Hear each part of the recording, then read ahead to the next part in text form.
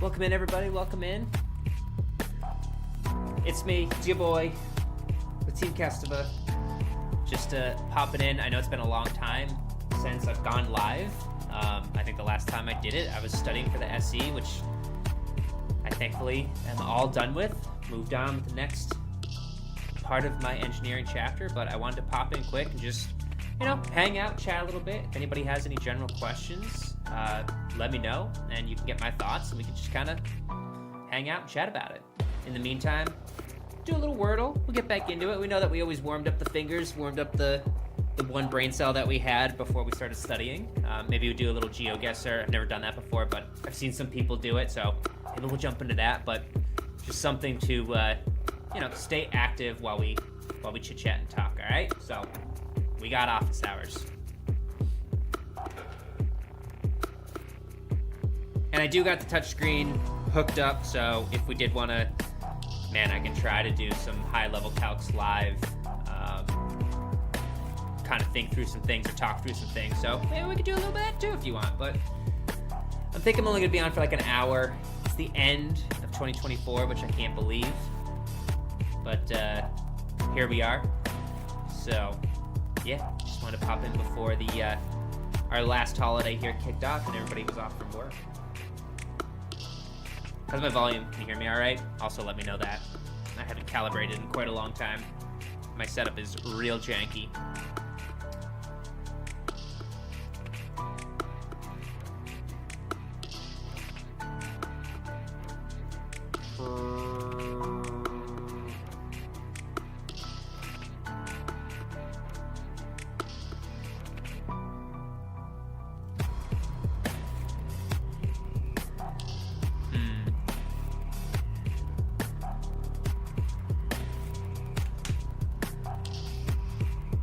Not feeling the P. It's been cloudy here. It's been cloudy here lately. Clearly not cloudy where the freaking Wordle was going on. New York Times. It's New England. New York City, if that's where New York Times is. Is it?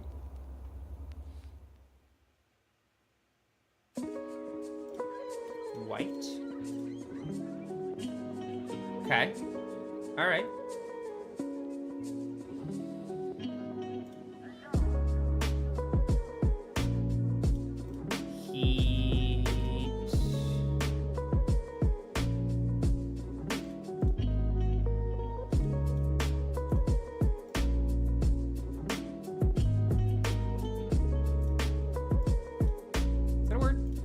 Of course, it's not a word.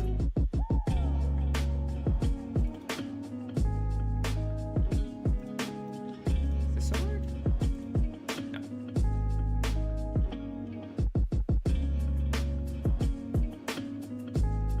What about ETH?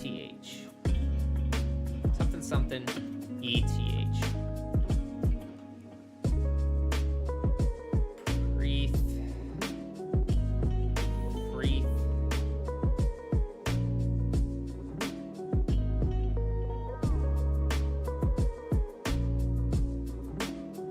Hang on, we're gonna lock in here.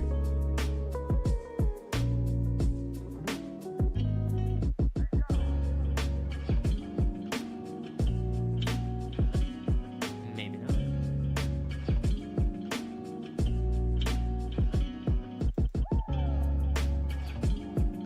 So what if we did start with an H?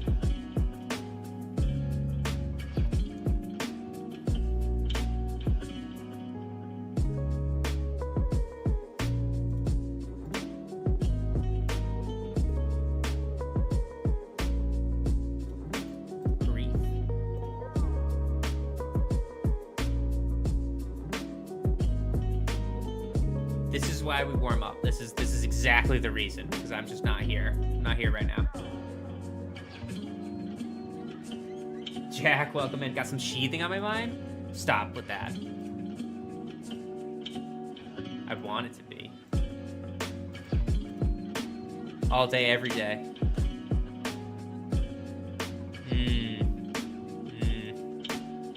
Maybe we go crazy with a Y? Thoughts?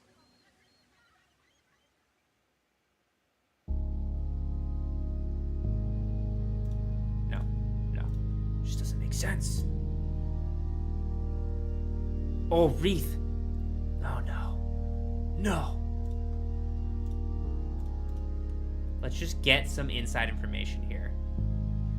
Because that's clearly not how you spell Wreath, so it's fine. What?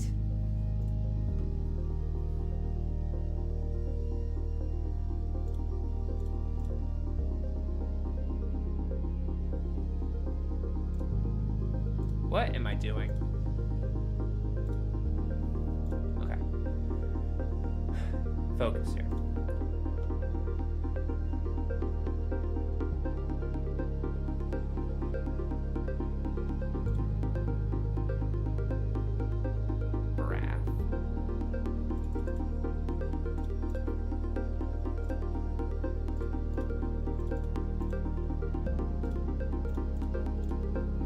I know the O, I know.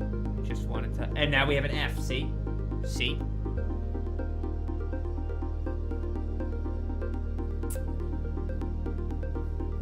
All right.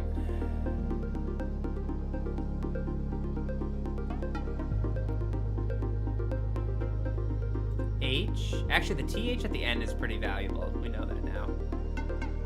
H something.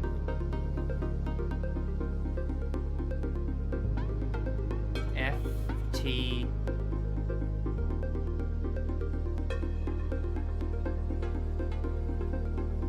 E. Is that? Oh no, because the E can't be there. So E has to be. H has to be there or there. Okay. H E. Hefty? Hefty? Is it hefty? Come on. Come on. We were down bad, not gonna lie, and then we just reeled it back in. Oh, it's fourth. I thought it was third guess. Yeah, you know, what are we gonna do?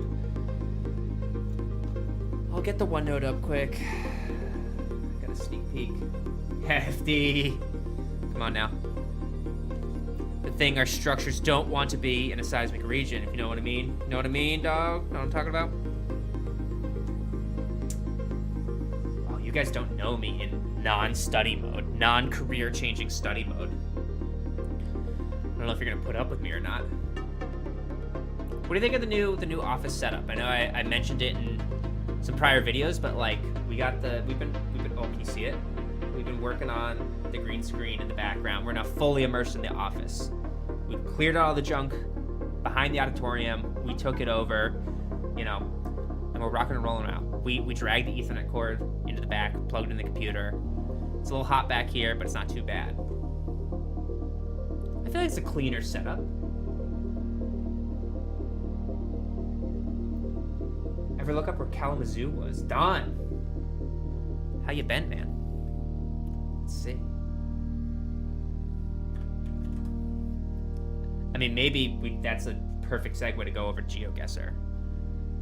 If we're already looking at places. Kalamazoo. I'm just gonna, oh, it is 2 O's. Missouri. No, Michigan. I'm over here thinking Missouri. What's Missouri? M-O? Michigan. Okay. You know what's weird? Is anybody else like this? You're taking a little break in between whatever task you're doing at work. I pop open Google Maps and just kind of roam around, look for like unique areas and just kind of zoom in and see how it's all laid out. Am I weird for that? Am I weird? Or do other people do that? You must do that, right? Like we got Wyoming, Michigan, outside of Grand Rapids. I've already lost Kalamazoo. There we are. It's kind of big. It's kind of big. Looks like something I'd lay out in city skylines. And then I always zoom in right to the city center, or what I think is the city center. Damn, Kalamazoo doing good for itself. Little Plaza Hotel? Do it all the time. Don's a real one. You never know what you're gonna find, right? Like, you never know. I mean, it's like the iceberg. right? You start off, you're just going to cities. Oh, this is kind of cool. Maybe I go visit here sometime. Next thing you know, you're deep in it. You're deep in some type of Arctic ring, and you're looking at some kind of research base that you're like, what? Like, what is going on? You know if you know.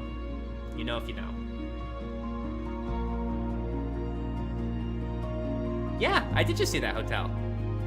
We were there. Let's go. Let's get back in it. Where were we? Yeah, this thing. Look at this thing. What, they got a casino in there? Looks like something on the Vegas Strip. It's Michigan, so you're gonna get your snow. Is it lake effect out there?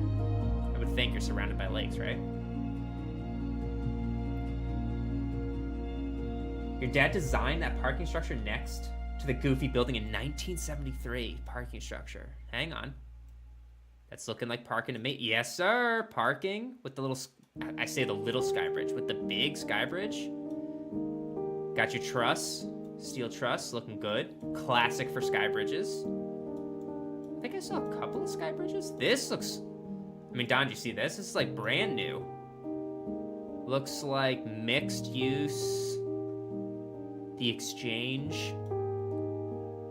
New parking garage. Precast, potentially? It looks pretty friggin' thin. Maybe they did they do PT out there now? The parking garage. Don, apparently, he's got the plug next time you're in Kalamazoo, Michigan. He knows the squad that built all of this, which is very cool. That is something I will say when I talk to all of my friends or anyone in the building industry. I know it gets shit on all the time for just like maybe not the best pay. You can have all of your complaints, long hours, a lot of stuff, high stress, a lot of learning, a lot of hurdles to overcome. I get all of that. And all of that should be improved. But something time and time again that I hear and that I start to feel now that I have jobs that are complete around the country is where our projects, are designed to stand, I don't want to say the test of time, but to last 100 years and to last beyond our life expectancy. So to complete a project or be part of a project that is bigger than yourself in the sense of lifespan is cool to imagine going to when you're 80 years old and it's still there, it's still in operation, it's still in great condition, and you can tell your future family, I was a part of that. I helped with that. I did this thing. You can nerd out, you can walk them through. I already do this with the Portland airport. You can point to stuff that people pass by every single day, but you can stop and take a second and say, that thing that you see there that you don't pay attention to, it is the way that it is because XYZ, because I had to do this, because we had to consider this, because, that is serving a critical role that is making it so this place can stand up and serve all of the people moving through it. It's a cool feeling. And I get that, I think, from just about everybody that I talk to says that at some point. They say, oh yeah, I want to work on that, crowning achievement type job. Ever been to SeaTac? I haven't been to that airport. I've driven by it plenty of times, but I never fly out of SeaTac. I always fly out of Portland. But that was a long-winded just to say kind of what Don is saying here right now. Like, oh, I know this person that designed that. This new construction over here, my buddy did that, 50 years apart. And that's cool. That's really cool. Even if you're not involved in, big commercial projects and it's somebody's house, it's cool to say, I helped with that, or I designed that so that someone has a home. It's a nice feeling. I think. That's a lot of why I do what I do and why I like what I do. I can see the change that I'm helping create, kind of thing.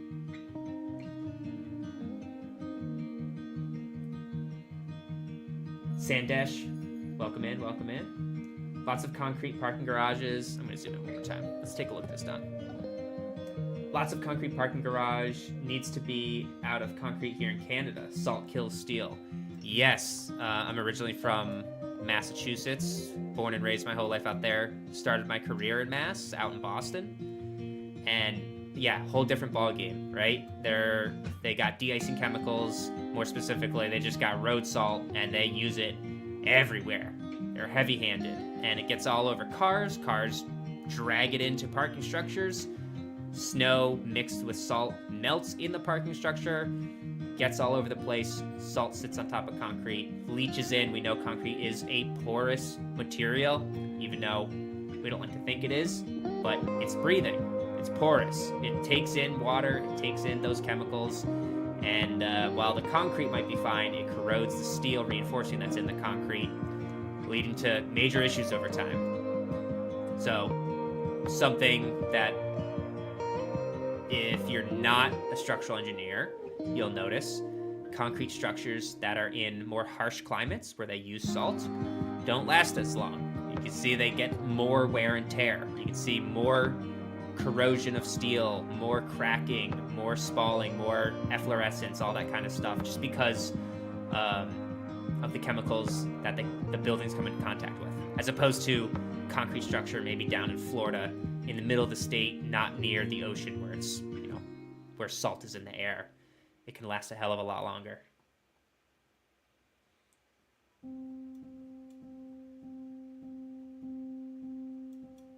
The sentimental background music. Yeah, this is the study mix that I slowly put together while I was studying. Were we having a moment? It was good. Oh yeah, maybe I don't know. Maybe we'll switch up the music, but I'm fine with it right now because we're just vibing right now. And your dad designed all the parking garages at SeaTac and Disneyland? Yo, Don, who's your dad? God damn. Guy's putting in work.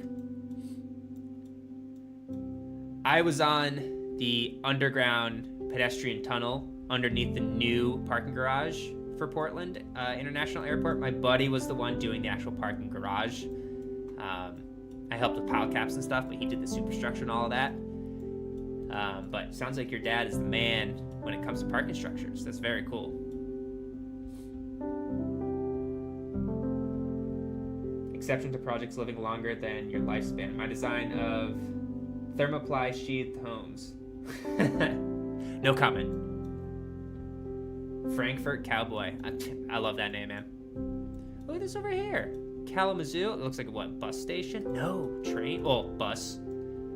Bus to train. We know that's a clutch little combo in City Skyline. That's what we'd like to see there. Rideshare.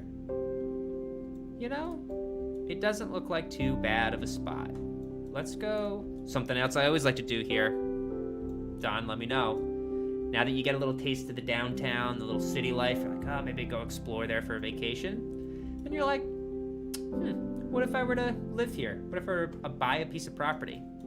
Head into one of the neighborhoods, take a look, street view, feel it out. Could I live there kind of thing? I mean, these houses are beautiful. They're, in Portland here, we have the Craftsman, which are pretty iconic. These, what would you call these? They got that New Englandy flair to them, that's for sure. Love all the porches. Yeah, look at that's gorgeous. Like, that's very Portlandy right there. Or maybe Portland is very Michigan-y. I don't know why I'm, can't flip those around. Oh, look at that.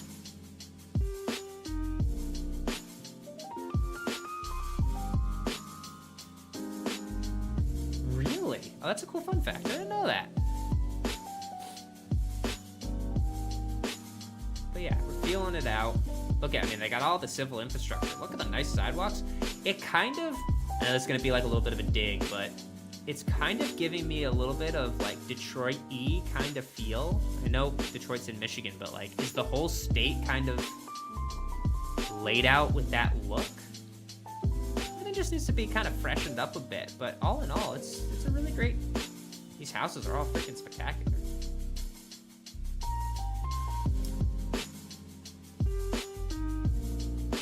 laboratorium. Something up on the hill. Whoa. Whoa, whoa, whoa, whoa. What do we got? What is this? Heritage Hall. WMU. What is it? Western Michigan University? Is that what it is? Hey, nailed it. That was a guess. I didn't see that. Kind of nice. They got the spot. Oh, there's more. They got a little health. Oh my god, they got... It just keeps expanding. Is it all of this? Oh, look at that. Clinical laboratory. Man, I want to kind of be that guy. Looks a little insane asylum-y kind of back in the day, and then they repurposed it. I don't want to say Massachusetts did a lot of that too, but it looks a little suspicious. How old does it look?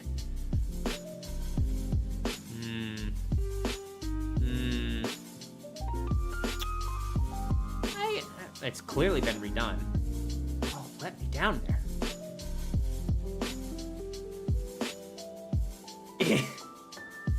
It is an insane asylum. Oh, it's too good. I can spot them a mile away. I grew up all around them, or like the remnants of them. You know, because you got the power station. Like, yeah, there's signs. I mean, the power station is for the health, but there's always those not so great. Go to the football field downtown. Dom, I'm just admiring the tower right now. Can I get a photo, like a better look at this tower? What are we talking here? Come on. I gotta be able to get somewhere. There we go. Like, that's incredible.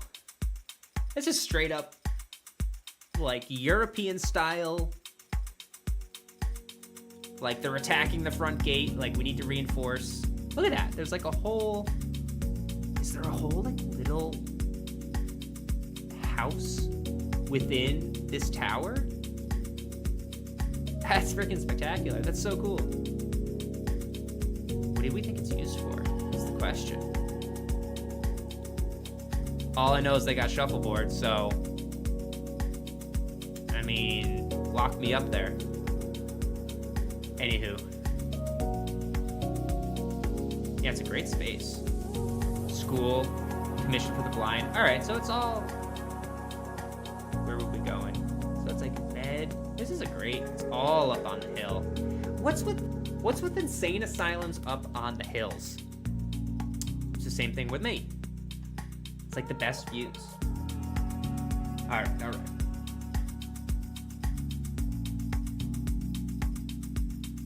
First engineer. Don, you came at the right time, man. We're like going like a blast from your past. We're going through the history of Don. It's awesome. Wow, where are we now? Is this all this? This is still school, it looks like. Oh, just saw it.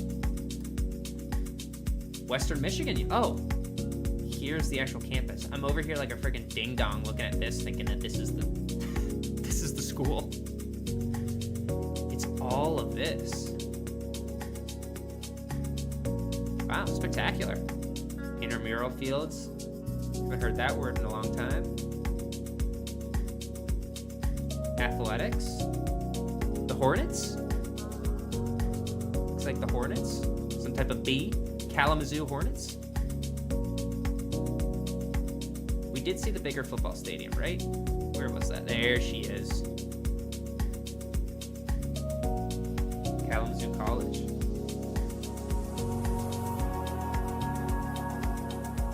Waldo Stadium. All right, can we get some photos here? Don, let's hear it. Who worked on this stadium, my man? Who is the structural engineer? Since you are in the know. Cool. Let's see, can we see any of the structure a little bit? Looks like some steel trusses.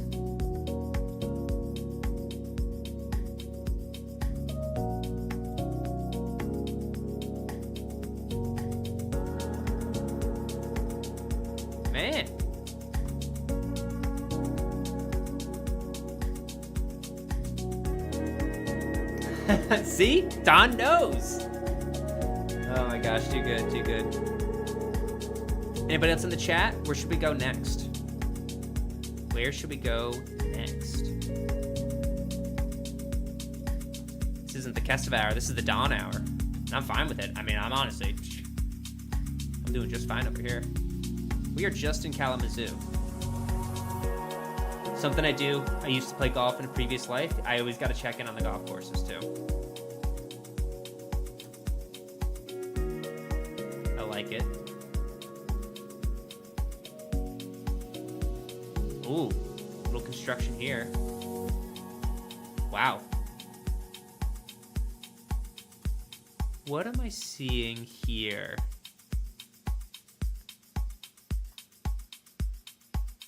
I almost want to... What am I seeing here? Are these PT drapes? I'm wondering. You see there's a crane.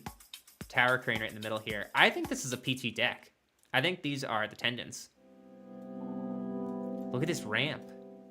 Look at that retaining wall. Oh, it's a beast.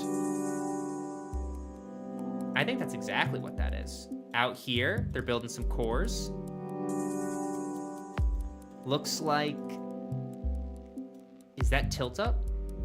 That looks like a lot of tilt up by chance. It almost looks like... I can't zoom in anymore. I think this is all tilt up. And then they're gonna do... Look at, you can see these little notches in them. I think that's then precast. Like PT T-beams and W-beams and stuff like that, I bet you.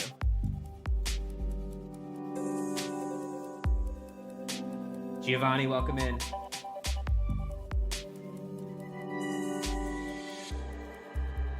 Mike Whalen PE, let's go. Why don't I show off some of my buildings? Oh, ho, ho, ho, ho, ho, ho, ho, ho. Maybe I will. It's a good idea. First, let's go Sandesh. Truth or Consequences, New Mexico.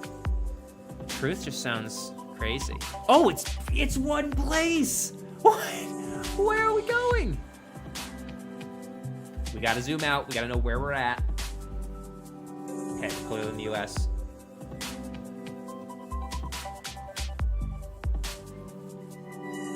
Okay. What is something of interest? San Antonio? Silver City? Oh, there's Albuquerque. All right. Truth or Consequence? What a fucking name. What a name. Okay, little veterans home. No, is this? No. Walk of Education. Isn't there? Okay. It's for veterans. Okay. Isn't there a place in New Mexico that is like this weird, creepy, like cryptid, like center of the world, like Rothschild, something? Anybody know what I'm talking about? I know this is like getting super off the rails, but for a second there, I saw the big star. I thought maybe that was something like that. In Truth or Consequence, I just... You would think something like that resides in that kind of town. What's going on here? What is going on here? It's clearly man-made. Oh, we can get over there. That almost looks like a, what do you call it? Like a fish ladder. Because I weirdly enough know about those. Took a class on those. They have those all over New England as well. But that looks like something to control like rapids and create certain flows of water.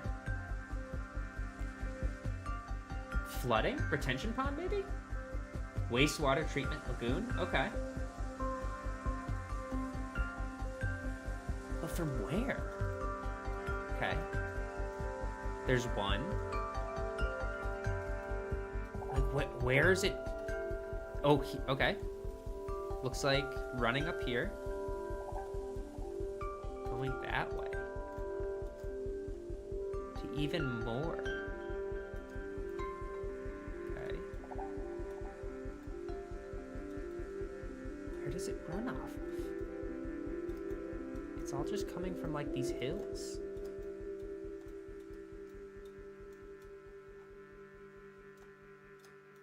I'm thinking flash flood. Right? Oh, dam. We got a dam, people. Look at it. It's dry. Look at this roads. There's huge trees growing in here. What are we talking about? Why is that one so green?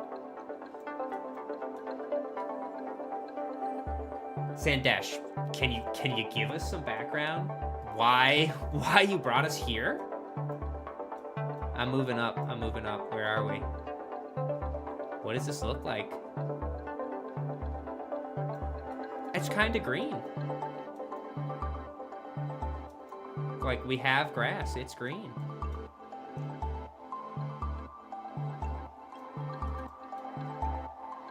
Oh, hello. Wait. This is where we were. Yeah. I say flash flood, and we have this massive lake over here. Also dam. Can we get on the dam? No, we can't. Look at the spillway or the sluiceway. I don't know. I forget if I'm saying that right. Very cool. I could see myself being interested in dam construction at one point in my life. Not now, but I think that would be a cool little resume booster. I bet the forces that you deal with are just incredible. To have to retain that much water. I've had to do like a 10-foot tall dam before, and even those forces were just stacking so quickly. The Walmart Supercenter with the solar. Okay. Our golf course is hurting a bit. You can tell that they have irrigation, but only in certain spots. Let's check out a house. I mean, not bad. Not bad at all. It's not my style of living, but it doesn't look too bad. Looks like you're gonna get used to designing with CMU if you're out here.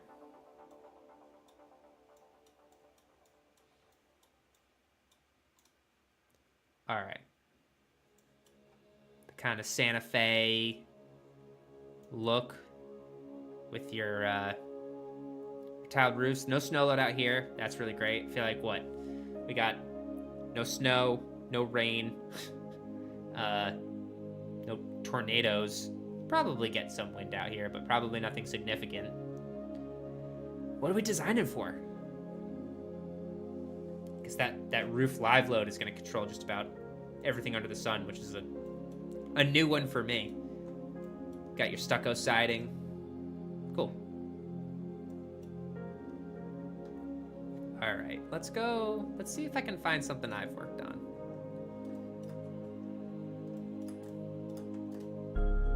Let's see what I can find.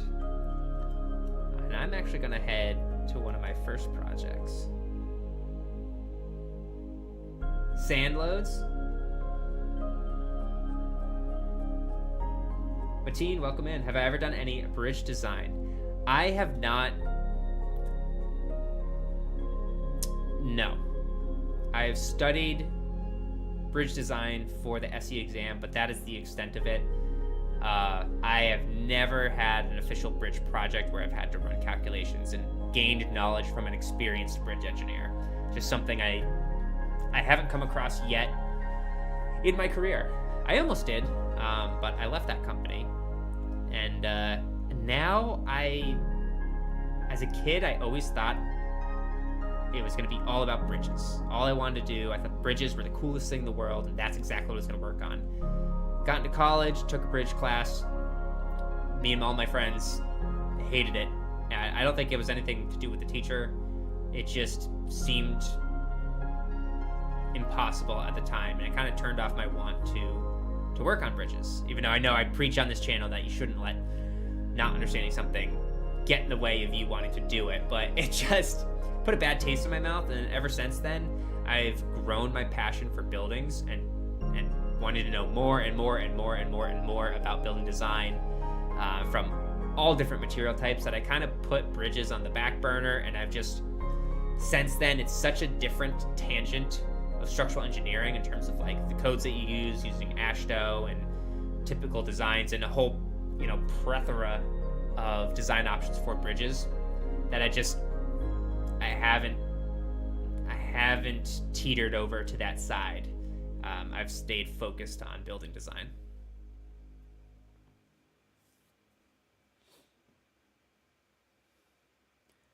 All right, let's see if I can find it. So we're in Mass now.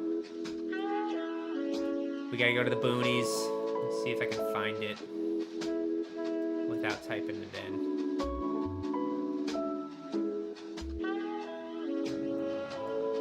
I gotta go to Coleraine.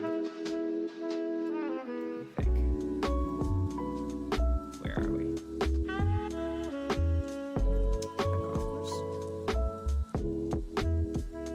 Edge Hill. Sorry, I'm getting thrown off.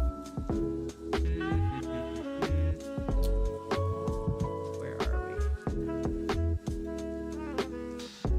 Ashfield. Conway, not Coleraine. Conway.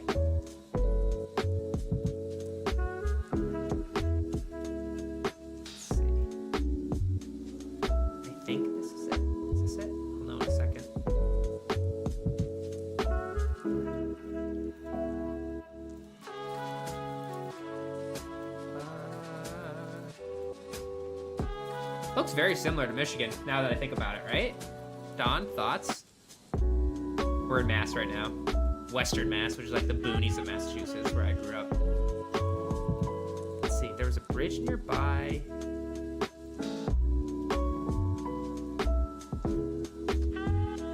No, it was Coleraine. It's not Conway. It's not Conway. I gotta find Coleraine.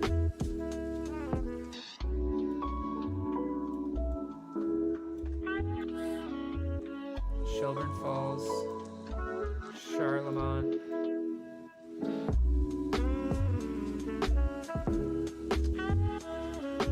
Am I not gonna remember it?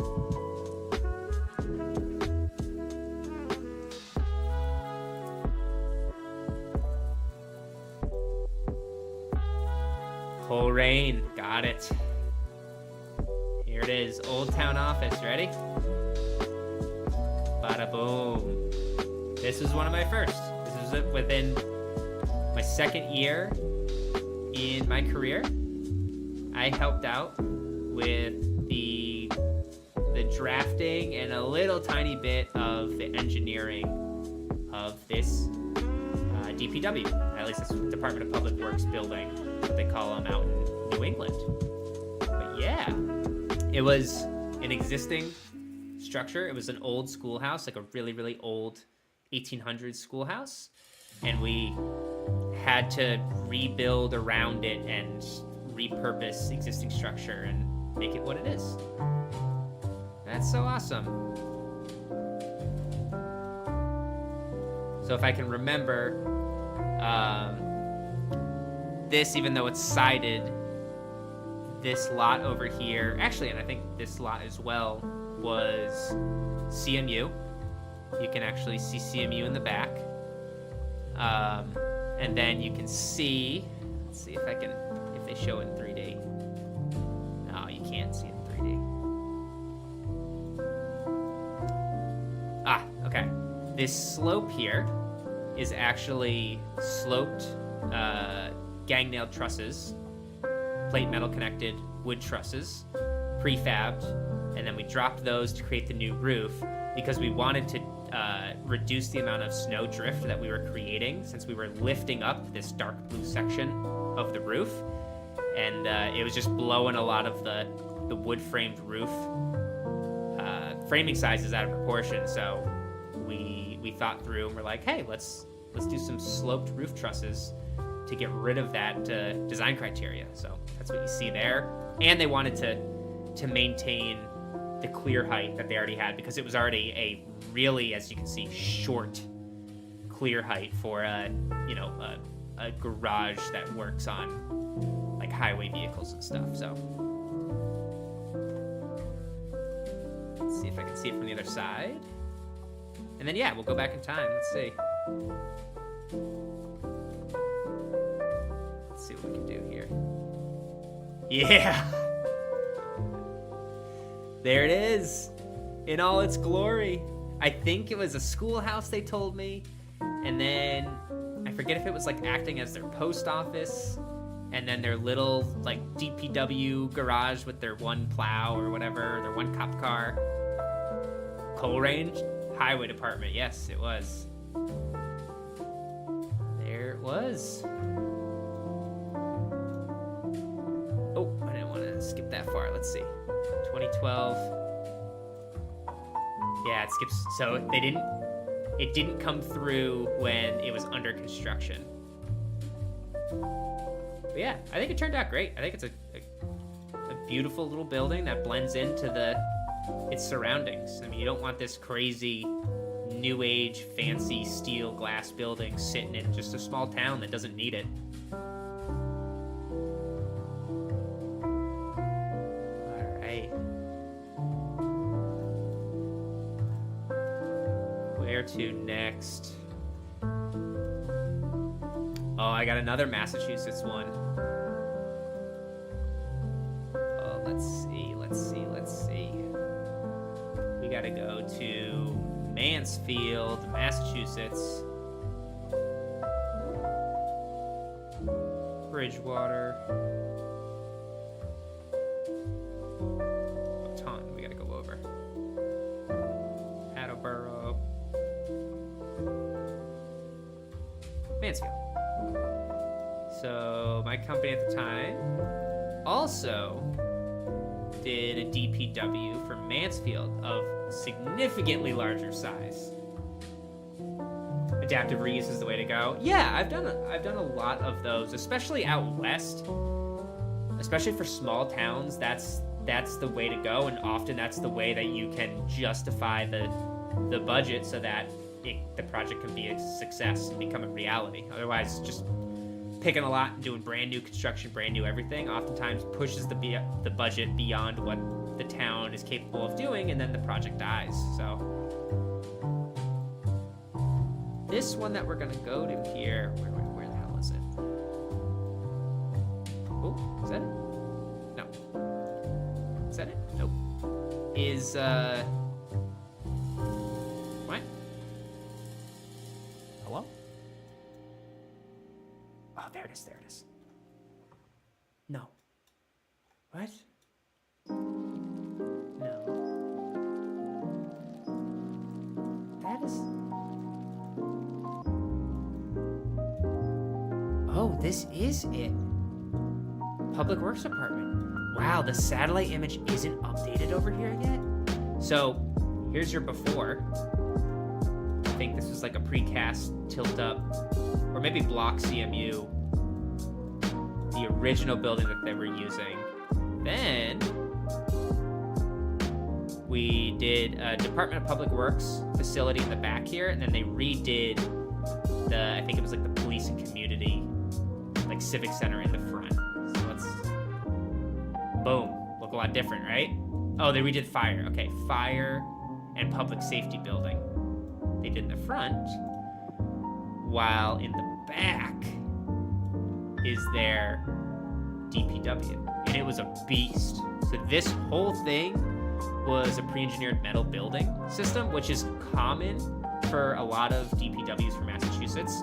They're really cost efficient, or cost effective, and it seems to be the common thing that's done for the state. That's not done everywhere, but that's most of the time what the building system is. So didn't necessarily get to engineer the actual building frame, but there was a lot of other engineered items that we were responsible for. Oh, they won't let us go in. It's brutal. But this in the front here, the single story admin space. And then in the back, you have your bays, your apparatus bay, and then you have like your workshop, storage, you have a big mezzanine. So yeah, let's try to go back in time here, see what we got. How far back would that be? Look at that, under construction, 2018. Oh, and they phased this. That's right. Cost efficient because the design is 1.05 utilization. I mean, I get the hate. I get the hate. And there's the old just a lump of dirt.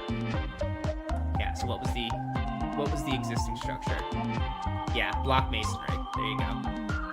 With some CMU pilasters. With a little shantytown shack attached to the side of it. Mass had a lot of old buildings that required it was time for a lot of these to be updated, so it was a lot of work that we were doing. Yeah, great experience. But Sendash, yes. Pre-engineered metal buildings are notorious for being designed right to their I'll say capacity limits. It's not really true. There's other stuff baked into it to allow for additional loading beyond the fact, but not a heck of a lot. So if you ever run into a pre-engineered metal building in the future and you have a client that's like, oh, I want to do all this new stuff and get rid of this really light roof and I want to put in these solar panels and this and that and the other thing, I want to hang all of this stuff, you'll find pretty quickly that the structure is not adequate to handle really any type of additional load, maybe like a 5% change maybe. So that is one drawback, is the reuse of those buildings. You're pretty limited. And that's because that's what that building type is for, is economy, first and foremost, kind of like a tilt-up warehouse. That structure type, first and foremost, is a cost-effective building that gains space. A large amount of space for a small amount of cost of structure. Period. That's the bread and butter of that type of system, most of the time, why it is chosen. Alright, so that's mass stuff. I'm gonna change up the tunes a bit.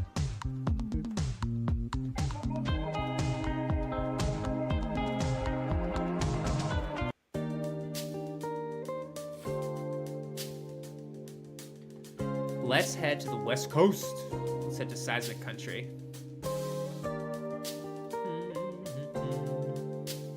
All right, what have I worked on? I mean, 4 years of my life was the Portland International Airport. Bada bing, bada boom. If you are in the building industry, if you're in the structural engineering industry, there's no way you haven't seen the Project T-Core, which is the massive timber, new roof, and just overall new construction and updating of the core terminal of the International Airport. So you can see it's actually done now. They just opened up like phase 1 only a couple months ago. So if we click on here, let's see. You can see. I had my hand in it a little bit. I was by no means any type of major player in any of it. I was, more of a grunt working on whatever needed to happen. It was none of the luxurious things, but yeah, the new airport, all the mass timber is a really, really beautiful design. This is kind of what the old airport looked like. These are some of the wings. This is what the new airport looks like. So, an absolutely spectacular change. 15 years, 10 years in the making. Some really incredible engineers that worked on this and made it a reality. A lot of long hours, a lot of headaches, but really talented team that pulled this off. So props to all of them. These Y columns, I believe the top here, you can see that like that band. If I'm not mistaken, the roof is seismically base isolated, but up on top of the column, so the whole roof can jiggle in a seismic event. I believe, but fact check me on that.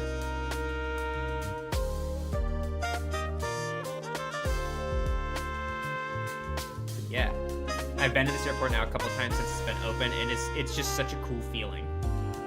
You like want to be in the airport, which is a funny kind of thing to think. SoFi Stadium. Yeah, we could take a look at that.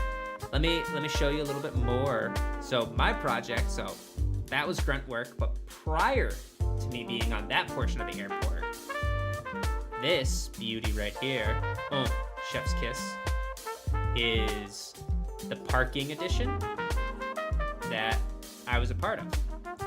So the main parking garage here, and then basically effectively doubled the size of the parking, I think of long-term parking capacity. Several stories, and then an additional part of it was the rent-a-car facility. So all of that and all of its facilities are in there, and then connections and extensions of the underground pedestrian tunnel, which goes from here, snakes underground, and then we had to, the tunnel ended here, and we had to bust through, and it goes to here, and then it turns south and heads this way until it hits this, what do you want to call it, like a little terminal thing, which is a core of elevators that take you down. So that was me, obviously being mentored by my project manager, a really gifted engineer, really great guy. But every step of the way, I was doing the calculations and getting things redlined for drafting and going into the field and during construction, answering questions, all of that, all the way through its completion. So that was an awesome experience. I did some pile cap design because this is all right next to Columbia River. So all of this soil is pretty crappy. It's liquefiable soil, so this entire structure needed to be supported on piles. So that was a cool experience as well to learn all about that. And then we're not done with my responsibilities. This portion of down ramp right here, where it turns into a solid structure, that was all me. That was my design. And then a lot of like prep type stuff that needed to go in prior to the actual the superstructure getting up out of the ground, I was involved a lot with. Let's see if I can zoom in. Oh, there you go. Blast from the past. That's what it used to look like when I had to drive in here all the time. Oh, there's no more. Am I not gonna see it? No. Yeah, so there you go. There's your empty lot. This is when they were still driving piles and casting all the grade beams and pile caps and stuff. What's the SRFS? Yeah, it's BRBs, buckle restrained braced frames in all of their glory. Again, my buddy was in charge of all of that design. Another absolutely spectacular engineer. So yeah, BRBs, slab on metal deck, diaphragms, steel frame gravity system.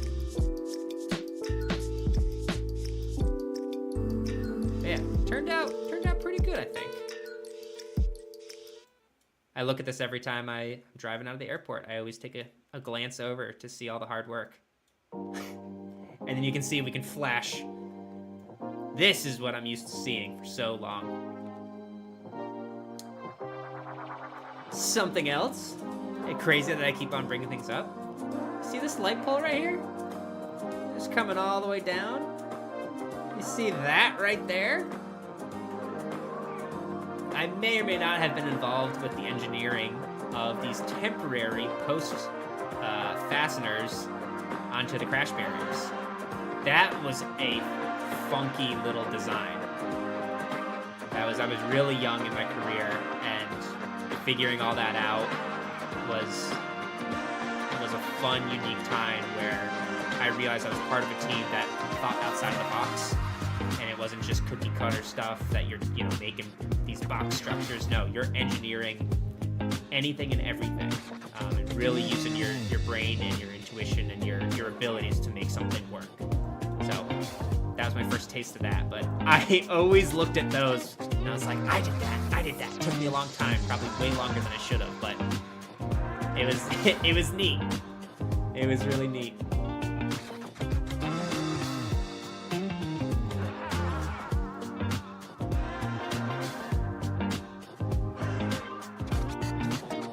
Did I do the shear walls or seismic frames? So the tunnel was obviously below grade, so there's no real lateral system there. Cool thing about the tunnel, I also designed the shoring for the tunnel, which was something very unique that I haven't done since. So I designed the tunnel for its finished state, as well as the temporary shoring during construction.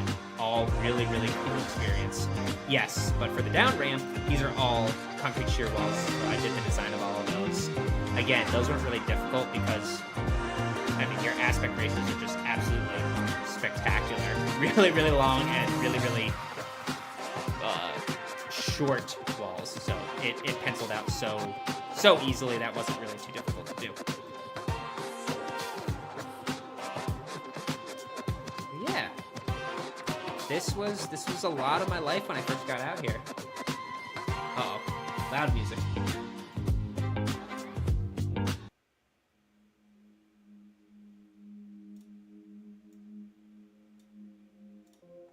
All right, there we go.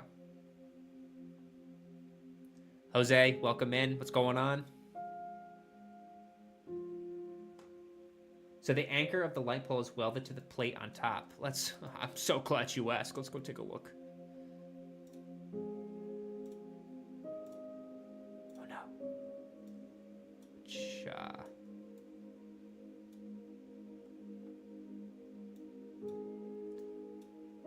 So your anchor bolts are welded to that top plate. Let's see, is there a better view?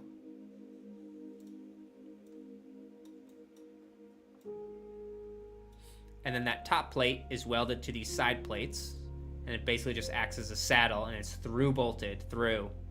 And then these are all interlocked together to provide that, basically a counterweight to stabilize the entire light pole. Again, temporary conditions, so this is not a final state by any means. This is for temporary conditions only, for only a period of time, because they were the name of the game of this site was constraints for space, fighting to get as much as you could within an airport that's active.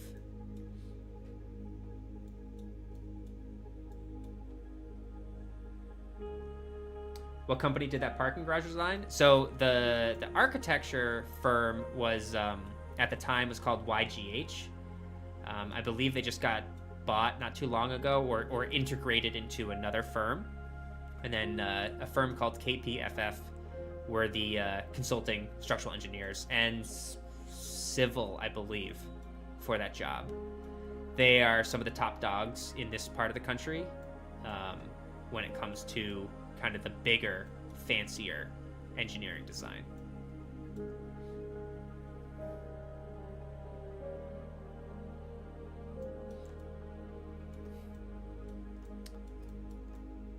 So yeah.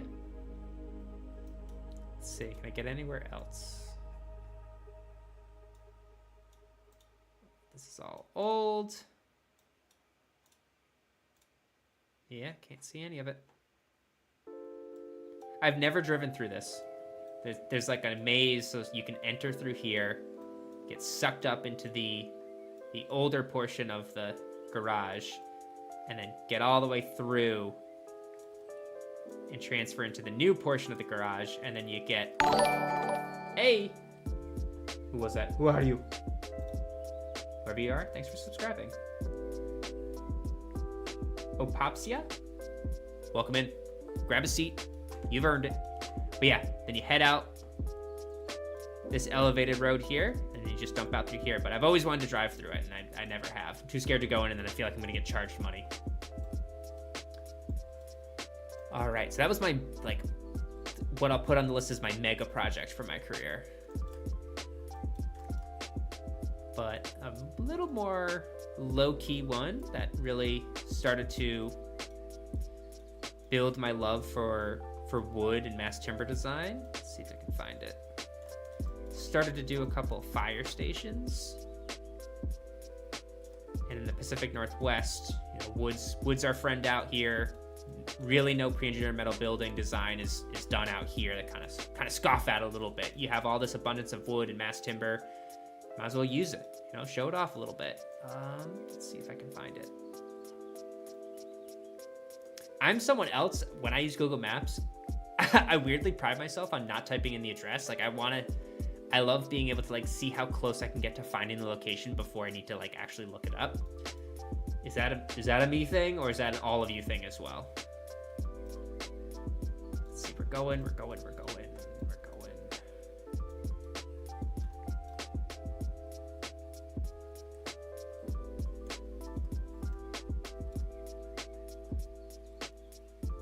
Oh, we want to stay on I-5.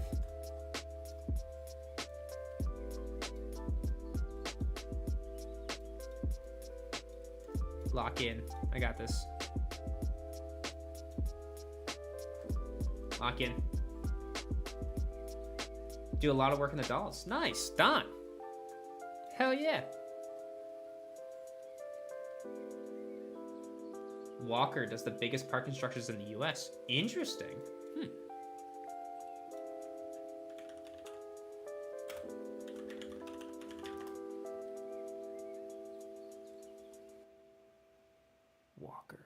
Walker. These guys? Let's see, there's two. Let's go here first. Structural engineers.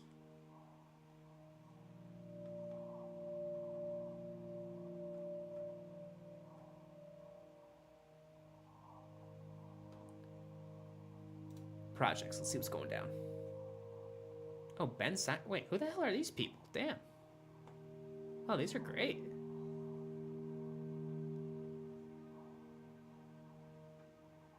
We're taking a little side quest here. It's all right.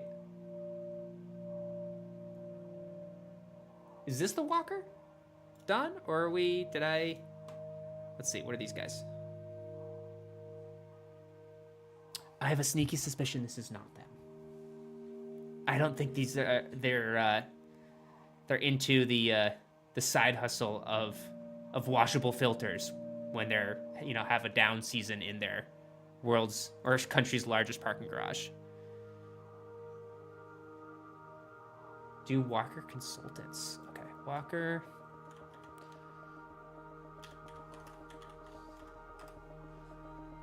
Walker Consultants. Oh yeah, this is smelling like what we got going on here. The Walker way. Huh.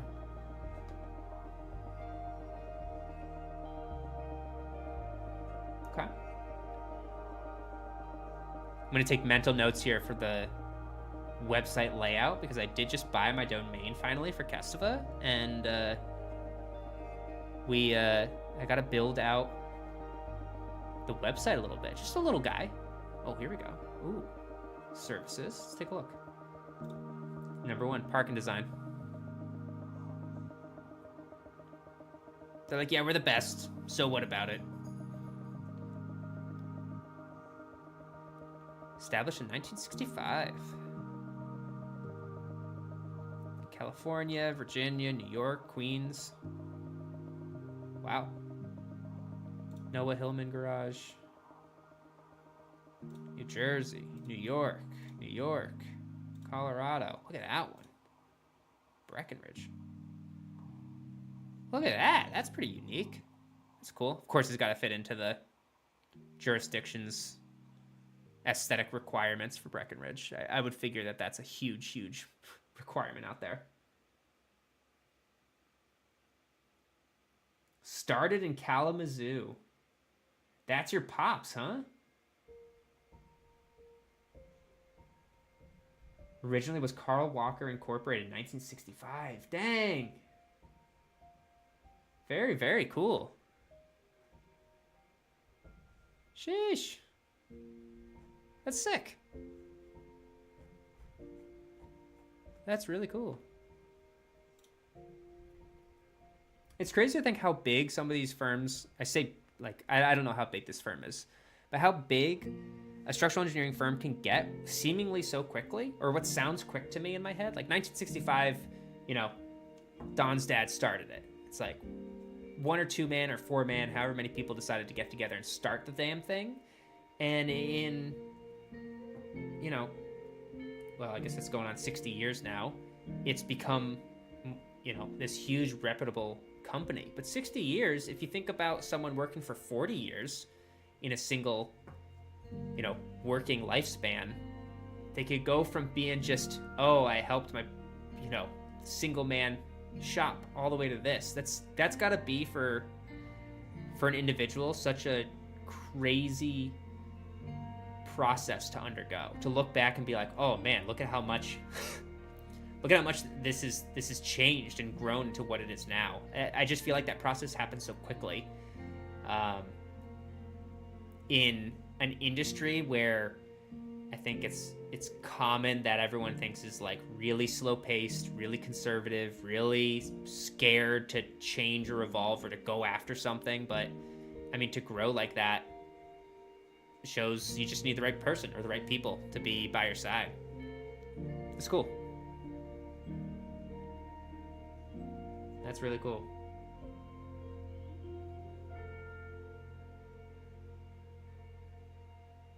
Huh.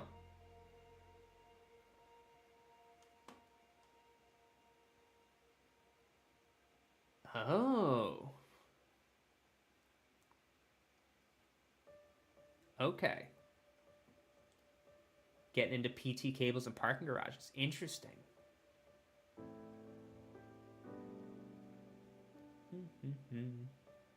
Lucas, welcome in. Just got my first job in structural engineering. Your videos have been helpful. Awesome. I love to hear that. I love to hear that.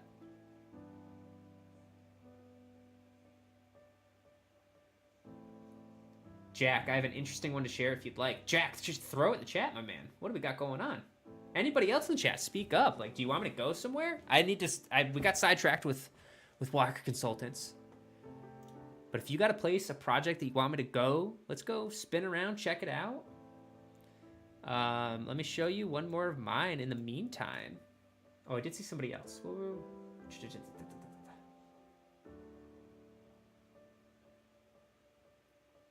Brando, there he is, if he's still hanging about. Taking my civil structural PE next month. Any tips? Repetition, my man. Talk about this in my videos.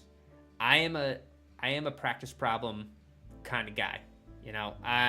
Although I've gotten better at taking time to read the code. That really came out of my studies of the SE.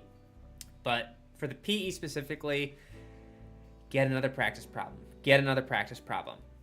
Don't just do the problem, especially if it's an easy one and you're like right off the rip know the answer and you're just like, okay, on to the next one. It's not about the number that you do, but each practice problem, approach it, look at it, and go, all right, even if I know the answer right away,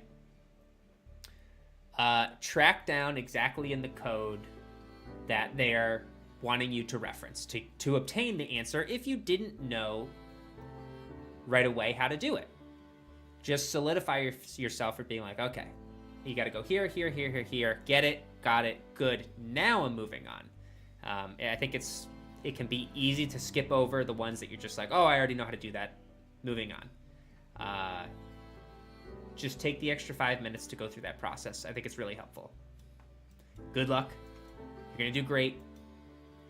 Don't psych yourself out with how the first problem goes. That is also something in my experience that almost happened to me. I blanked on my first problem in the PE, not talking about the SE, the PE. And I was like, oh my gosh, I can't believe the first one. I have no idea. Like, what do I have in store for me next? But somehow I recovered, just went on from there and said, I'm skipping it. I'm not going to worry about it. Came back later and found that once I had been like conditioned, you know, moving through the exam, that problem really wasn't difficult at all. It was actually one of the easiest ones. And my brain was just stuck for a moment because it was like the starting line. So don't let that freak you out too much.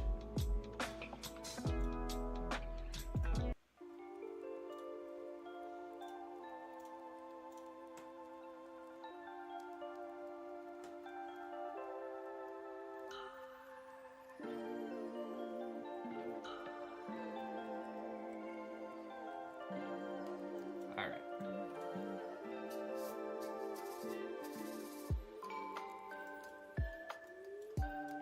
There she is in all her glory. Fire Station 39. So before we zoom in, conventional wood frame structure with bits of mass timber just splashed in there, just for the architectural effect and flair. I loved this building. It was my first crash course into wood design for, you know, a essential facility in a high seismic region. So the design requirements are jacked up. It's not just your mom's wood stick framed house with 2x4s. There's a lot more that goes into it to make sure that it can survive a code level earthquake and remain operational so that fire services can go out and service the community post seismic event. But yeah, the two, I'm gonna say all this wrong, but the 2-tiered tapered roof with the clear story lighting, it created such a great space that the architects on this did a really great job. I thought it was a unique kind of standalone fire station that just looked different than just a boxy box thing. There it is. The cladding on the outside, this is just a brick facade. It's all stick built behind that. But that brick facade, in comparison to our stick built structure, is significantly more heavy. When you're designing for seismic, weight directly correlates to how much design forces you need to design for. So that was a heavy cladding that all needed to be considered. These were wood shear walls. So just your shear wall system for your vertical lateral elements, and then your wood diaphragms, all flexible, all that kind of stuff. Oh no, maybe it wasn't this one. I think this one just had some blue lamp beams and stuff. I'm thinking of another fire station where we did a CLT roof deck over the apparatus bay. They got these cool doors that I absolutely love to this day. They're like folding accordion doors instead of those roll-up garage doors. Really neat. Let's see if we can get some inside shots.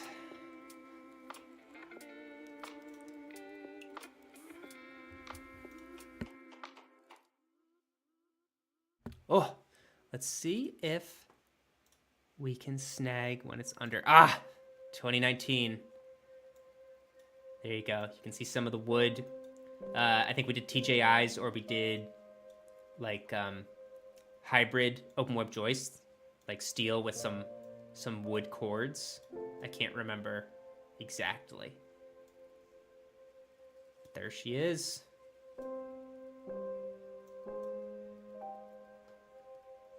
Fun job. Great contractor. Who was the contractor? Was it Anderson? Oh, no. Where'd you go? Emmerich. These guys were great. Hey, there we go. There's some background to it. Man, I might have been walking around site when that photo got taken. Jeez Louise. Got some significant completion of the wood framing. Not quite, but you know what I mean. Emmerich, they knew what they were doing. They were great to work with. Loved them. Loved them. I would work with them again. It's the only time I worked with them too. Got your little mock-up over here. Nice.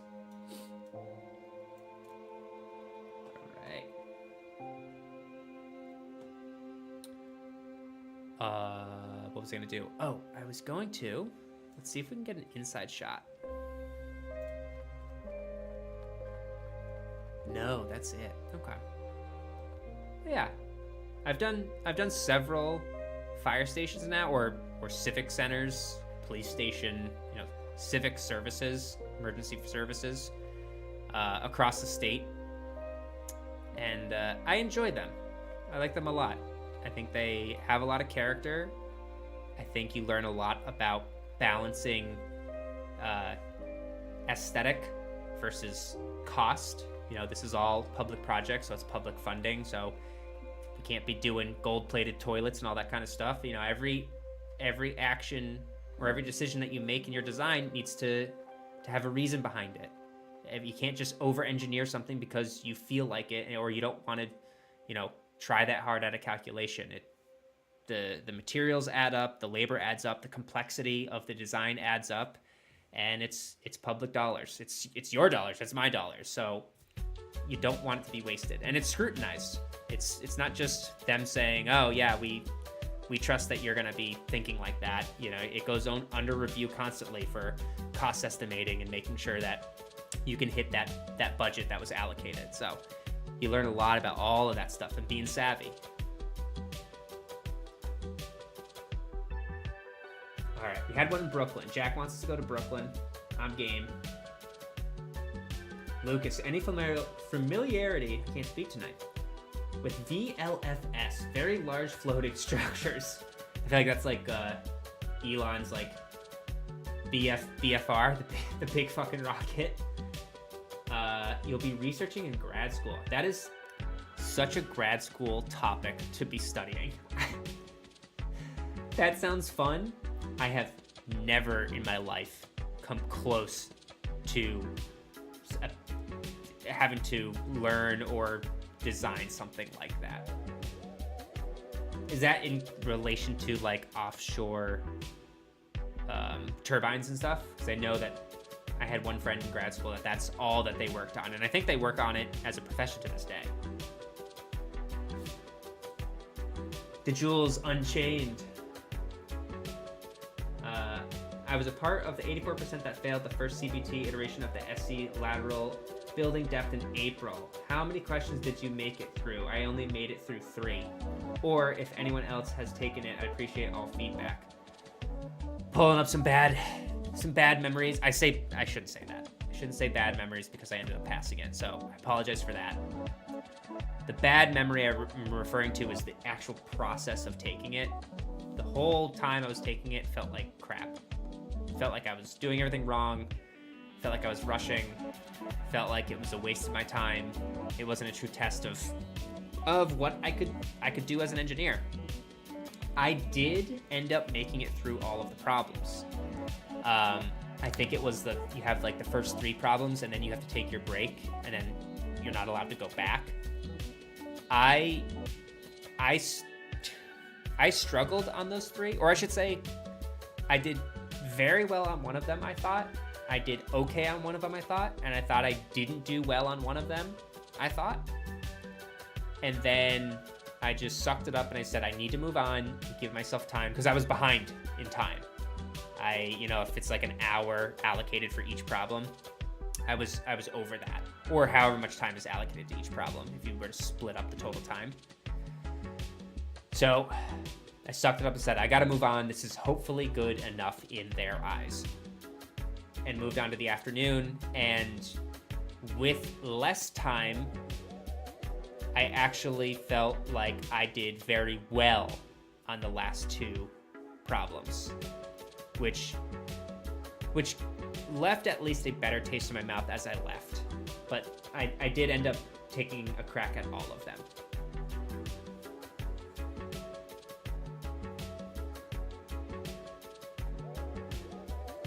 Oh, that's true. More similar to an oil platform than a turbine. Yeah, that's true. I guess any of those structures would fall into that. Yeah, no problem. Hey, I hope Are you taking it again? What's the next? You know? What are we thinking here? Are you... What date is it? Did you take it this October? Or are you going to take it next April? Let me know. Waiting on October. Oh, you're waiting. Oh, okay. Thoughts and prayers. All right, it's time. From the West. We're doing our own little structural engineering GeoGuessr right now. This could be kind of a fun little... Maybe it's gonna not be fun. You let me know if this is fun, but you know, maybe we jump in live and people share their projects and we go check them out. We go spin around. I like the sound of that. I'm digging it right now. Hell yeah. All right, Jack, 42 Sharon Street, Brooklyn. Well, Brooklyn, we know is down here. I am horrendous when it comes to New York City. I've been there only a handful of times, and it just is too much for me. Some of the buildings are incredible. I mean, some. All of the buildings are incredible. But in terms of just like even visiting there, it's just... I like my cities. This is the ultimate city. It's just too much for me. All right, Brooklyn. I'm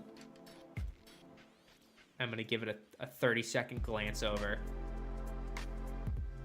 42 Sharon, fuck it. 42 Sharon Street. No way I'm gonna find it.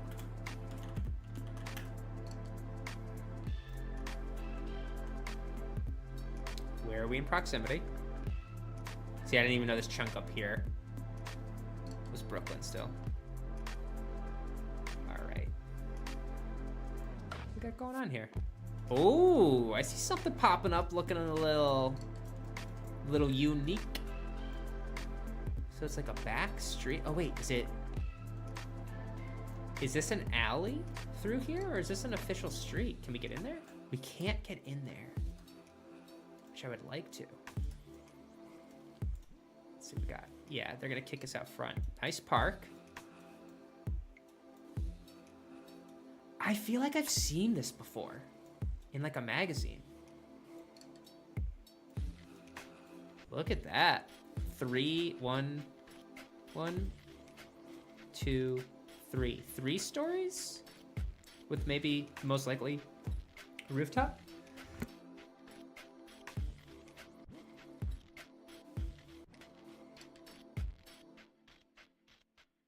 Oh man, need some water. I'll be back.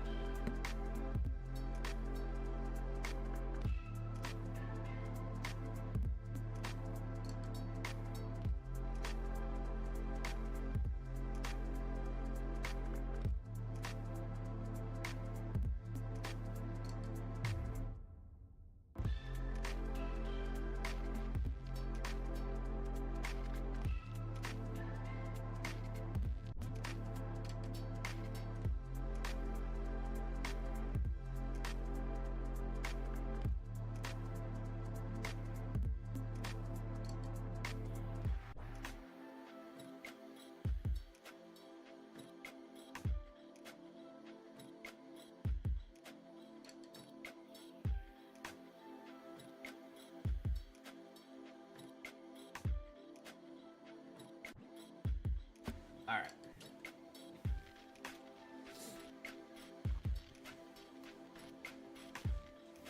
All right, Jack, lay it on us. Where did I go? Here we are.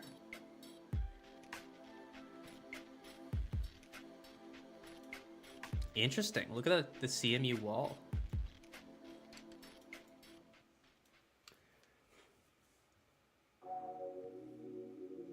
She's a small one. Hard to spot. Oh, I can see if we saw it from satellite. You know we saw that. It's an alley. This was originally a split level, converted to a 3-story and full cellar. Check out July 2018. All right, going back and past, everybody. Buckle up. Oh, okay. Oh, look at that. Oh, look at, that's all temp. This is temporary. Because look, I think it's supporting that wall that I was just looking at. Can I get, How the GC kept that fucking tree, they must have bitched about that, what, every day? I can't believe they kept that. That looks like temp. I mean, you can see the ledger on the side there. That ledger might be permanent because that was maybe one of the floor levels, but like these diagonals coming up off of it, I would assume are temporarily bracing that masonry wall out of plane. Had to be.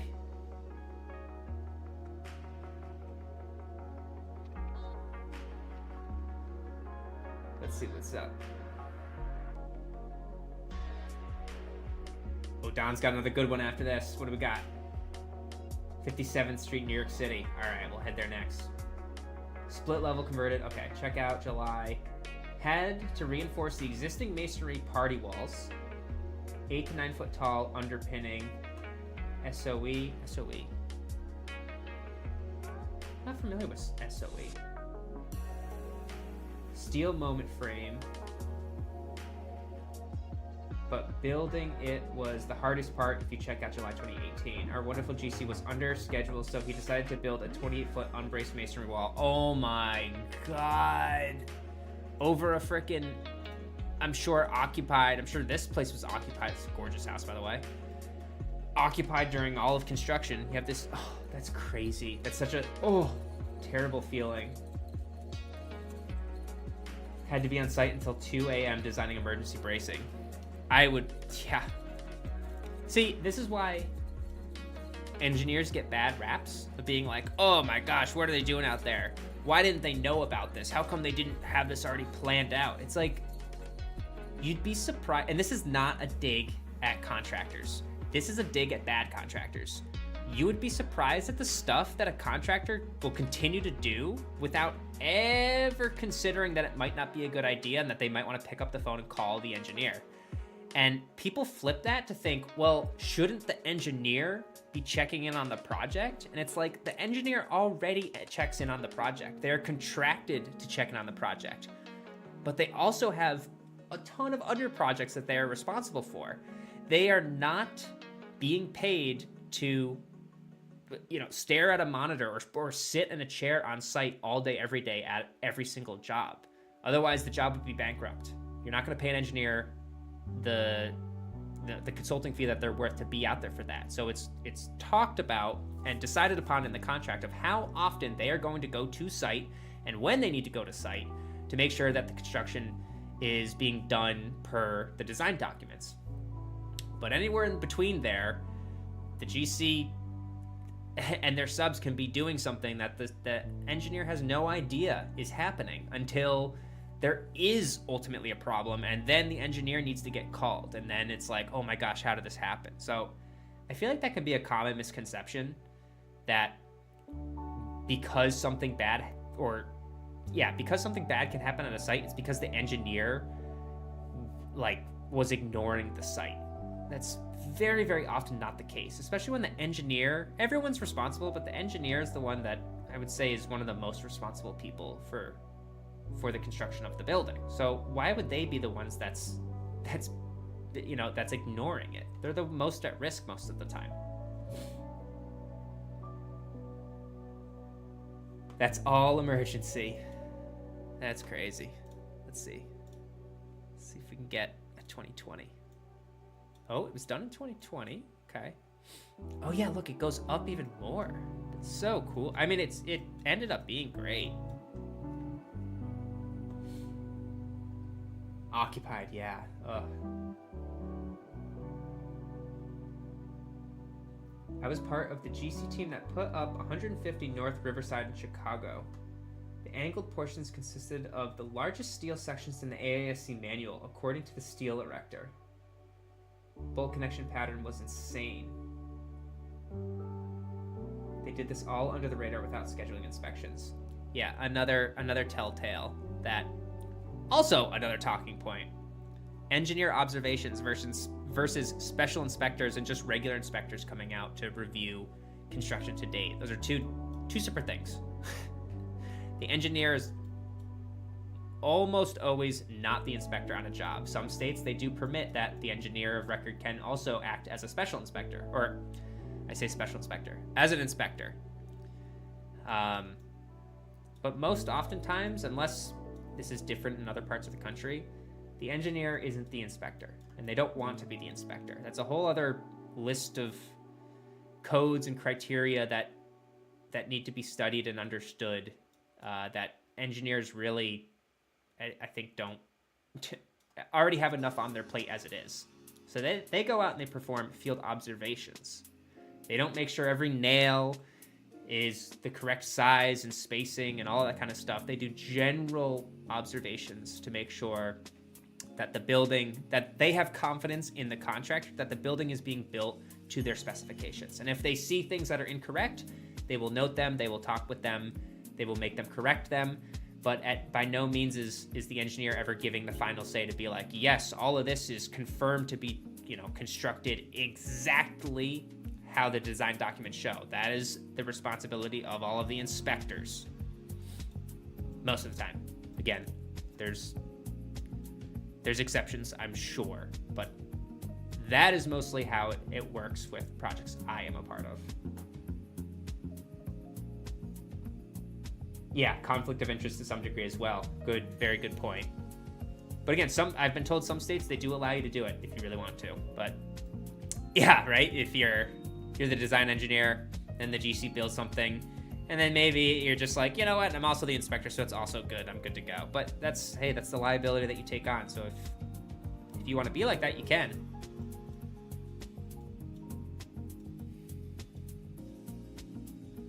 All right. Where was that next one? We're going to 111.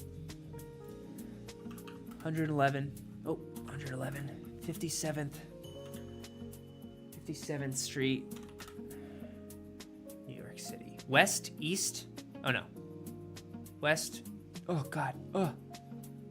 West New York, New Jersey. What? Let's try. Jesus. Dawn, is it west or east? Oh, is this the one? This has got to be it, right? This is this really famous new one, right? The all these hyper slender towers. This is how bad I am. I don't know any of the towers in New York City. I know they're all over like Steel Magazine and stuff like that, but I know this one has a bunch of problems. I think these were concrete moment frames. I think this, right? Wasn't this one having a lot of major trouble? Or it has major trouble, and as well, it's also a lot of its space is vacant. Is that? I don't know. That's outside of structural engineering. That's the politics, I feel like, so.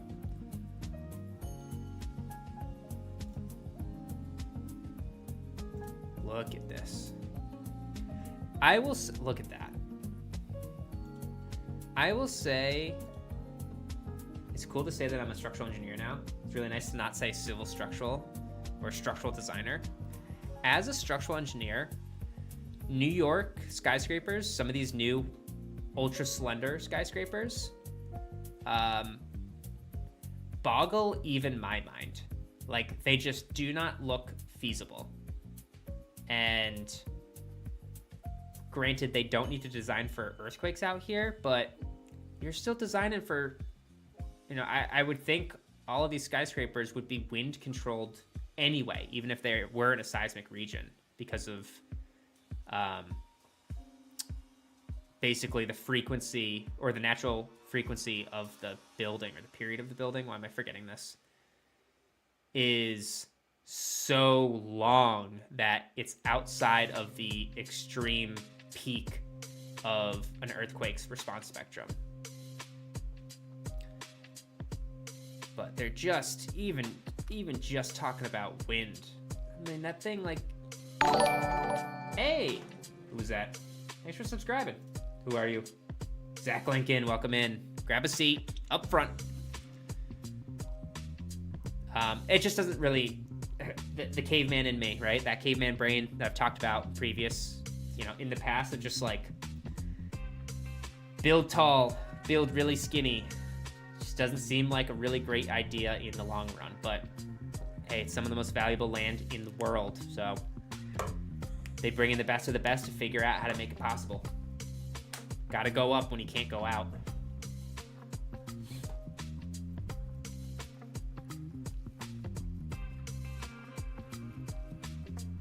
It is sick. Billionaires Row, that's right. I have heard of that. Saw a documentary on wind loading done in that top portion. Ah, that would be cool. Let's see. Let's get another photo like this thing.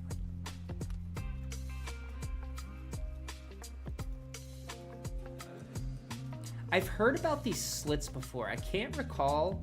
They're in a lot of. Well, that's something different. But I think there's a lot of skyscrapers or high rises that have these like HVAC floors, or like, and I think these are like air intake or exhaust type of thing. I know a couple of high rises out here have them. I don't know if that's necessarily the case for this building or not. Correct, that's 432 Park Avenue. Major serviceability issues. Yeah, let's kick back. Where was that sucker? I know my cover of my problem child buildings. That's this guy right here.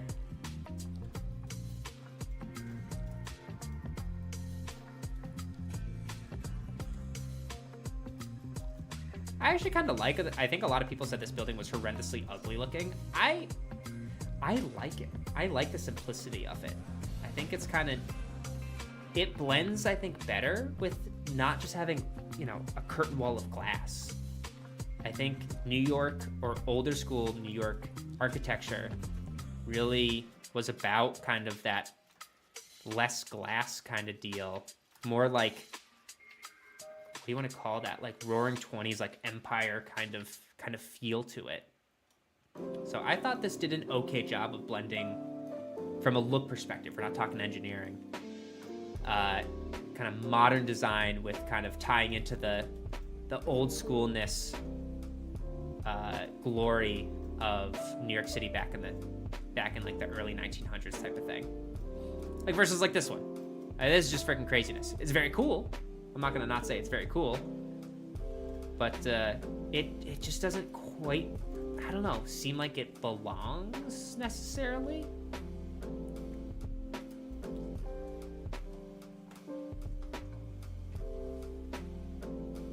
Wind drift was too crazy and affected elevators. Yes, that slender square one. Yeah, that's right. And I heard like cracking and stuff as well, and like air leaks around these windows and stuff with the concrete moment frames and all that kind of stuff. There's a great piece of public TV, New York. There's a great piece, on public TV, New York, on the design and construction of that thing. Great show. All right. I'm gonna do a little homework tonight. I'm probably gonna try and find that. It's almost always after 30 stories, even in high seismic areas. Ah, all right, Sandesh coming in with that, you know, with that back of the napkin, high level thinking. So 30 stories and up, your natural frequency pushes, or your period of your structure pushes out beyond the crazy peaks of your earthquake response spectrum in most cases. Cool. PTSD structural dynamics. A lot of those buildings were designed without today's software too. Oh yeah, right? Yeah. Also, like, kind of a nod to just how, I don't know, were engineers better back then, or were they potentially not necessarily more conservative, but just, or were there more of them? You know, was it a team of 20 engineers working on a singular building versus 2 kind of thing? Because you just needed the manpower, you needed the calculation power type of deal. For passing wind, they open floors. Oh, okay. Mech floors, okay. As wind pass-throughs to reduce wind loading. Hats off to the window washers in New York. Could you imagine? Pause for a second. let's like snag me. I hate how I can't just like grab onto one of these. What was the problem, child? That was, where was it? 432 Park.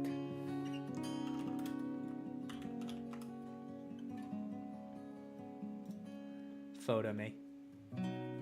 Like, I think that's a good looking building. Yeah, see, you can see these open air. And I know all of these buildings, like, they're all wind tunnel tested. I mean, you're doing all these super slender ones. They're going through, they're running all these. Yeah, see the voids? And then the inner core. That's cool. Oh, it looks just like my bathroom. Neat. I have, speaking of, hold up, wait a minute. Speaking of bathrooms and high skyscrapers, I was actually in the Shard in London, in a restaurant near the top or close to the top, high up, and they had the men's room, and the men's room had urinals, and it basically did something like this, where like you felt like you were standing out just over the city. Really surreal feeling.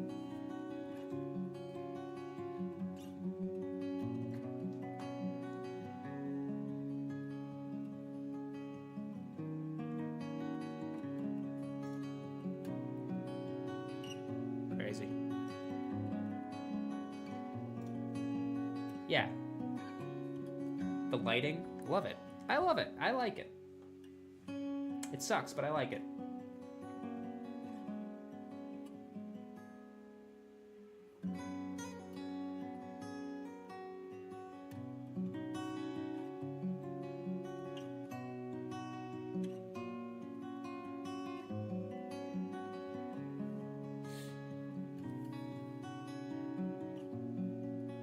Has wind pass-throughs reduced? Okay, spread that. Hats off to the window washers. Oh, yeah. All right, Unchained. Me and my coworkers always rag on the older engineers because the older codes were like 100 pages. Also an argument made, yeah. I will say on that subject, when it comes to like structural engineers, how much you get paid, you know, how lucrative is this type of engineering, people always kick us and say it's, you know, some of the lower paying engineering professions. One of the reasons I think behind that is, well, one, we're underappreciated until you're actually needed, like, and then people realize how critical it is. But I think we've come into a problem where you have this going on. Okay, say you design a building, any type of building, and you did that 50 years ago, and that required you to at that time with the code, and yeah, just all the codes. Oh, the codes were smaller, and because of that you had to know so much, and because of that you had to design only so much, and more of the construction of the building was really in the hands of, say, let's call this a wood building, so we'll say the carpenter, and the knowledge of the carpenter and the experience of the carpenter, and they were much more closely tied to an engineer, and the things that they knew blended very closely with the stuff that engineers knew.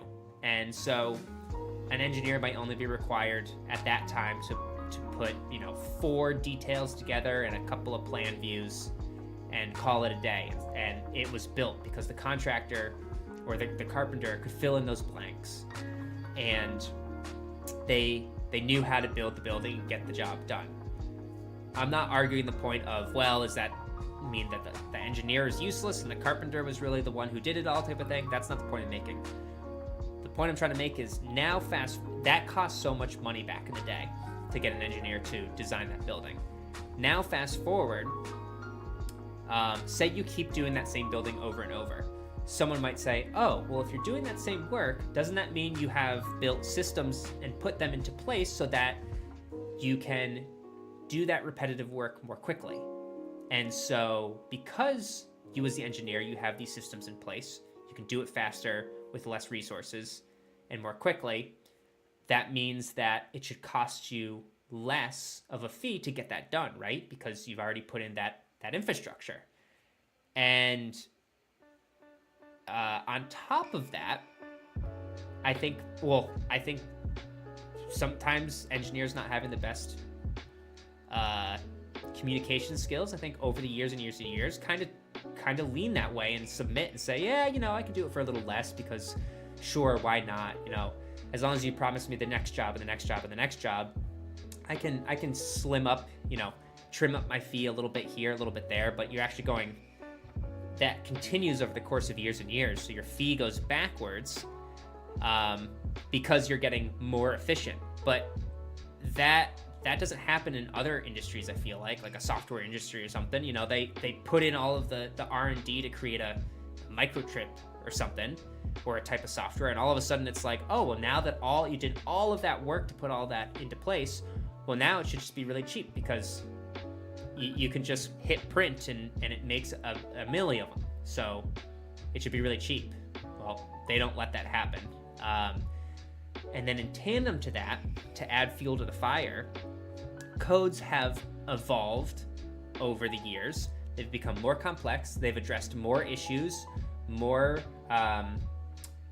provisions are created, more things that engineers need to know and understand and account for, more design criteria, an ever-changing environment, bigger snow loads, bigger earthquake loads, bigger hurricane forces, tornadoes, rising sea levels, all that kind of stuff. The codes are ever-changing, and they're ever-evolving, and they're only getting more complex. So you as an engineer need to know more and more and more and more and more, and you're becoming liable for more and more and more. And because of that, the complexity of your drawings need to get more and more and more complex. You need to put more details into them. You need to spell everything out. You need to handhold all along the way, because all the liability over the years has leaned on the design from the engineer, and the trades, I think, have kind of gone the opposite way, and the skilled labor within the trades has kind of receded over the years. And now that once really, really skilled carpenter that knew almost as much, if not maybe as much as that engineer back in the day, doesn't know as much anymore. And all they more so know how to do or want to do is just give me the plans of what the engineer said, and I will build like that, no questions asked. And if there's any gray area in between, I will not do anything until the engineer tells me exactly what to do. Man, this babbling has gone on for forever, but I just kind of feel like all of a sudden our fees have gotten low, and this huge shift in everything has occurred, but it's been like this drip feed over all of these years. And now we find ourselves underpaid and backs against the wall with how long things are supposed to take in an incredibly complex code system now.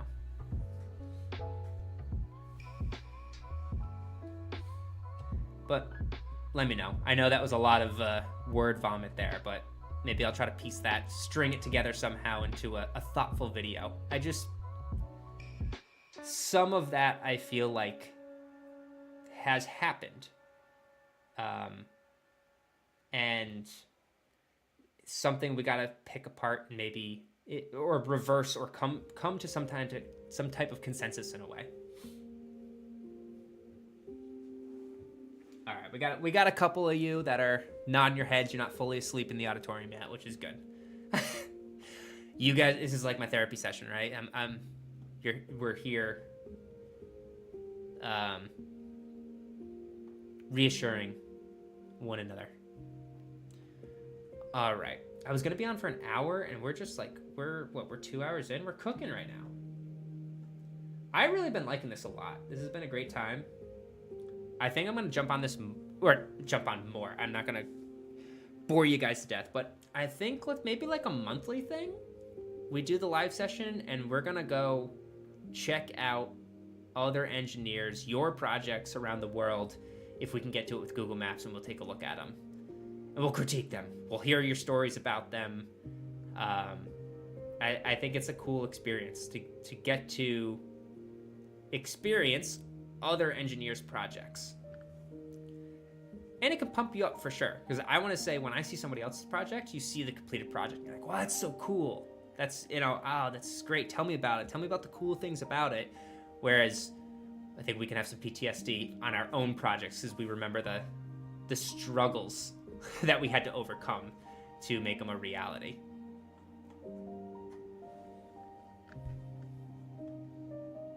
Engineer shop talk. That's right.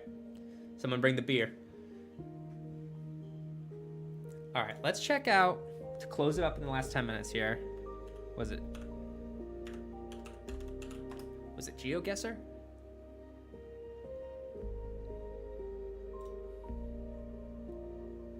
Try 3 free locations. All right, 2 minute.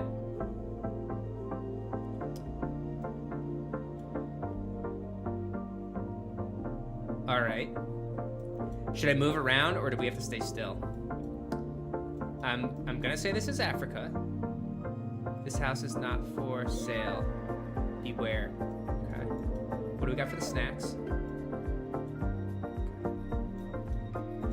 We're gonna move around. Is it 2 minutes for each? Got some, oh Jesus. High walls. These little mopeding things. I wanna say we're talking somewhere. It looks green.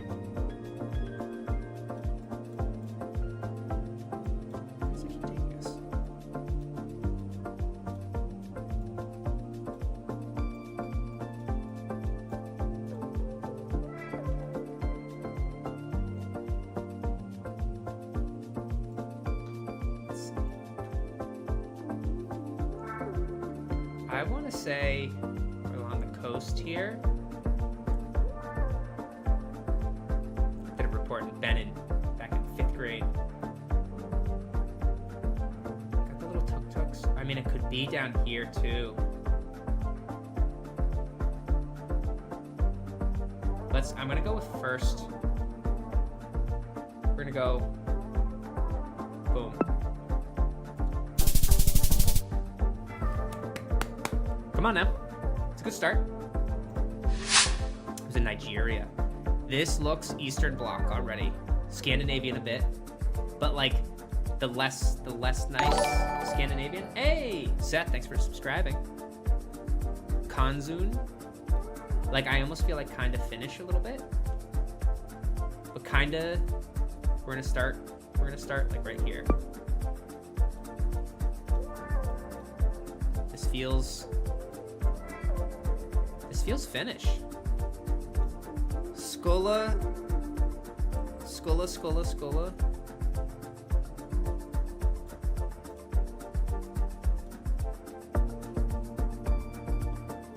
Oh, get the map out of here. Oh, Sheraton Zagreb Hotel. Is this more Eastern Bloc? Like, is this more Russian, Ukrainian?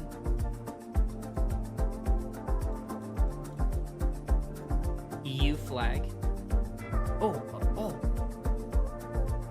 is that Croatia?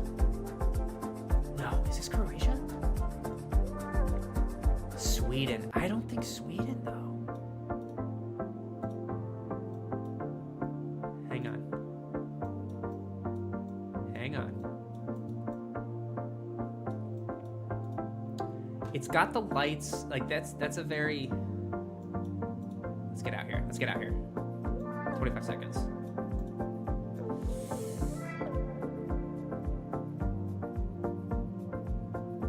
Oh boy.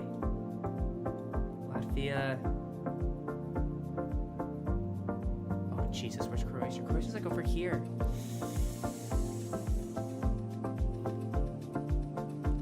Oh no. Oh God. Guys, we were about to absolutely, oh, Sagapart. Oh, we were about to blow it out of the water with that one. I hesitated.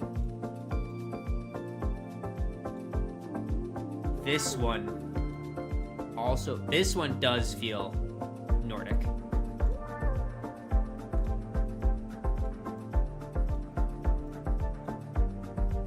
this one Swedish, almost? Frankun.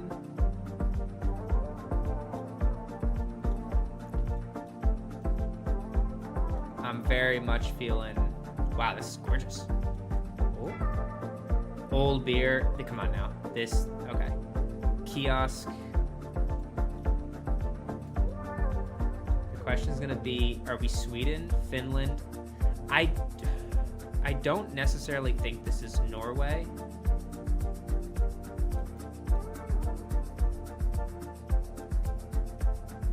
DK. Oh my god, it's Denmark.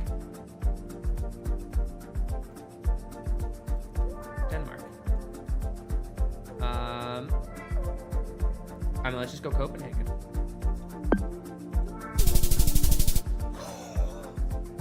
Come on! That's crazy. 2.8 kilometers away. Imagine we hit that Croatia one. I mean, what are we talking here? You're not gonna tell me how we compared to other people? That's fine. That's fine. All right. Let's call it there. I gotta do a couple more things tonight. But hey, I appreciate everybody stopping in. I really do. This is a great time. I would like to do more of this. So keep your eyes peeled. I'll try to make an announcement when I want to do this again. But I'm thinking we do like a monthly thing. And we zip around the world, check out everybody's projects. I like the sound of that. Just talk about it. Talk about life. Well, until next time, everybody, appreciate every single one of you stopping into the auditorium here today. And it's Wednesday. But have a great holiday. Oh, that's the other thing I wanted to say as I stopped in. Have a great Christmas, you know, Hanukkah, whatever holiday you might be celebrating, even if it's no holiday. Have a happy new year. 2024, a lot of great things happened. I think we overcame a lot of things, which is awesome. Hopefully you've grown a lot, not just with me, but in your own personal affairs. And here's to a great 2025 if I don't see you before the new year ends. So peace out, everybody. Have a good one. If I can find where we go.